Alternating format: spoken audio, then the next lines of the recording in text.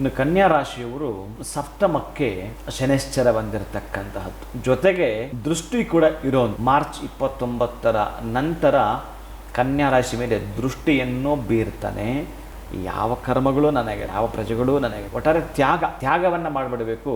ಈ ನಮ್ಮ ದೇಶದ ಒಂದು ಎನರ್ಜಿ ಅಂತಂದರೆ, ಈ ನಮ್ಮ ದೇಶದ ಒಂದು ಶಕ್ತಿ ಅಂತಂದರೆ, ಅದ್ಭುತವಾಗಿರತಕ್ಕಂತಹ ನಮ್ಮ ಭಾರತ ದೇಶದ ಶಕ್ತಿ ಅಂತಂದರೆ ಆಧ್ಯಾತ್ಮ. ಅದರ ಕಡೆ ಒಲವು ಜಾಸ್ತಿ ಮಾಡ್ತಿದ್ರು. ವಿವಾಹ ಆಗಬೇಕಾಗಿತ್ತು, ಆಗಲಿಲ್ಲ. ಮದುವೆ ತಡ ಆಗುವಂಥದ್ದು. ಆದರೆ ಕೆಲವು ರಾಶಿಯಲ್ಲಿ 7ನೇ ಮನೆಯಲ್ಲೇ ಶನಿ ಇರುತ್ತಾನೆ, ಶೀಘ್ರವಾಗಿ ಮದುವೆ ಪಡಾಗಿರ್ತವೆ. ದೃಷ್ಟಿ ನಿಮ್ಮ ಮೇಲೆ ಇರುತ್ತೆ. ಸ್ಥಾನಪಲಟ 7ನೇ ಮನೆ ಆಗಿರೋದ್ರಿಂದ ನಿಮಗೆ ಏನಾದರೂ ಕೂಡ ಅಂತಹದ್ದು ಈ 7.5 ಇದೆಯಾ, ಅರ್ಧಾಷ್ಟಮ ಶನಿ ಇದೆಯಾ, ಅಷ್ಟಮ ಶನಿ ಇದೆಯಾ, ಕಾಲ ಶನಿ ಇದೆಯಾ, ಎಂಥ ಶನಿ ಇಲ್ಲ. 7ನೇ ಮನೆ ಇರೋದ್ರಿಂದ ಕೆಲವೊಂದು ವೈರಾಗ್ಯ ಭಾವ ಮೂಡತಕ್ಕಂತಹದ್ದು ನಿಮಗಿರುತ್ತೆ.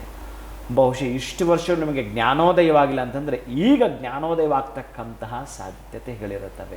ನೀವು ಮೆಟ್ಟು ನಿಲ್ಲಲಿಕ್ಕೆ ಒಂದು ಅವಕಾಶವನ್ನು ಕೊಡುತ್ತಾನೆ. ನೀವೇನಾದರೂ ಜವಾಬ್ದಾರಿಯಿಂದ, ಬಹುಶಃ ನಿಮಗೆ ಯಾರಾದರೂ ಒಬ್ಬರು ಸಪೋರ್ಟ್ ಬೇಕಾಗಿತ್ತು, ಎಲ್ಲ ಹಂತದಲ್ಲೂ ಎಲ್ಲ ಆಯಾಮದಲ್ಲೂ ಹುಡುಕಿದ್ರೆ ಯಾಕೋ ಅಂತಹ ಸಪೋರ್ಟ್ ಸಿಕ್ಕಲಿಲ್ಲ, ಸಿಕ್ಕಿದ್ದು ಅಂಥ ಉಪಯೋಗಕ್ಕೆ ಬರಲಿಲ್ಲ ಅನ್ನೋದೆಲ್ಲವೂ ಕೂಡ ನಿಮ್ಮ ಆಲೋಚನೆಗೆ ಬಂದಿರ್ತವೆ. ಆದರೆ ಈ 2.5 ವರ್ಷದಲ್ಲಿ ಅವೆಲ್ಲವೂ ಸಿಗ್ತವೆ.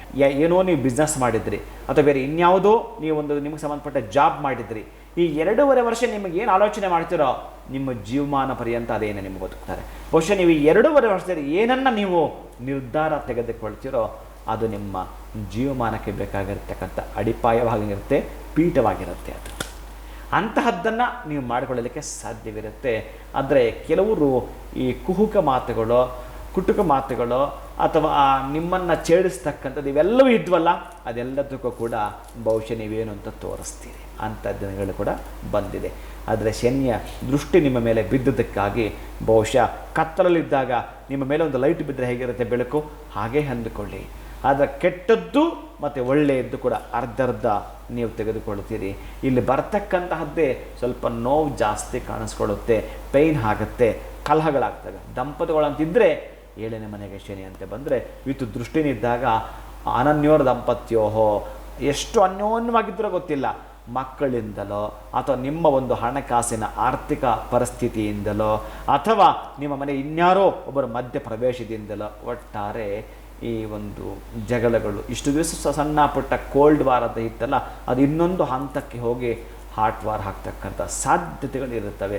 ಅದಕ್ಕಾಗಿಯೇ ಈ ಮಾರ್ಚ್ 29ಕ್ಕೆ ಒಂದು ಪೂರ್ಣ ಪ್ರಮಾಣದ ಯಜ್ಞದಲ್ಲಿ ನಿಮ್ಮನ್ನು ನೀವು ತೊಡಗಿಸ್ಕೊಳ್ತಕ್ಕಂತಹದ್ದನ್ನು ಮಾಡಿಕೊಳ್ಳಿ.